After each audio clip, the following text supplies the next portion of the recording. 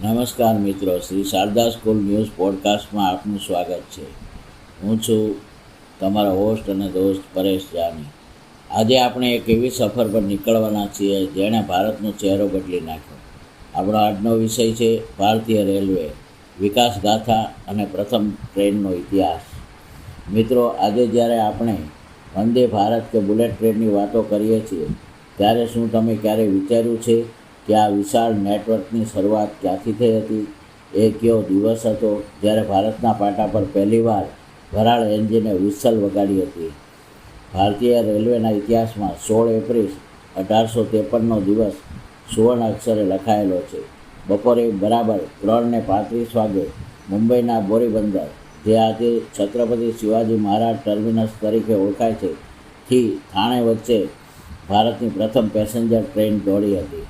ચાલો જાણીએ એ ટ્રેન વિશેની કેટલીક રસપ્રદ વિગતો. આ ટ્રેને મુંબઈથી થાણે વચ્ચેનું 34 કિલોમીટરનું અંતર કાપ્યું હતું. આ ટ્રેનને ખેંચવા માટે 3 વરાળ એન્જિનો લગાવવામાં આવ્યા હતા, જેમના નામ હતા સાહિબ, સિંઘ અને સુલતાન. આ ટ્રેનમાં કુલ 14 ડબ્બા હતા અને એમાં આશરે 400 ભાગ્યશાળી મુસાફરોએ મુસાફરી કરી હતી. જ્યારે ટ્રેન રેલવે સ્ટેશનથી ઉપડી ત્યારે 21 તોપોની સલામી આપવામાં આવી હતી. એ 34 કિલોમીટરથી શરૂ થયેલી સફર આજે ક્યાં પહોંચી છે? આજે ભારતીય રેલવે વિશ્વનું ચોથું સૌથી મોટું નેટવર્ક ગણાય છે.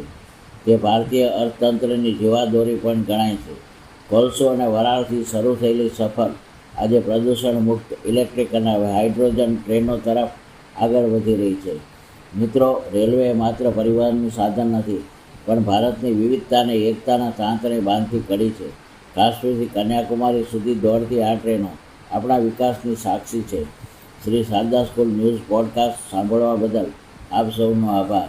ફરી મળીશું એક નવા વિષય સાથે. ત્યાં સુધી જોતા રહો, શીખતા રહો. જય હિન્દ.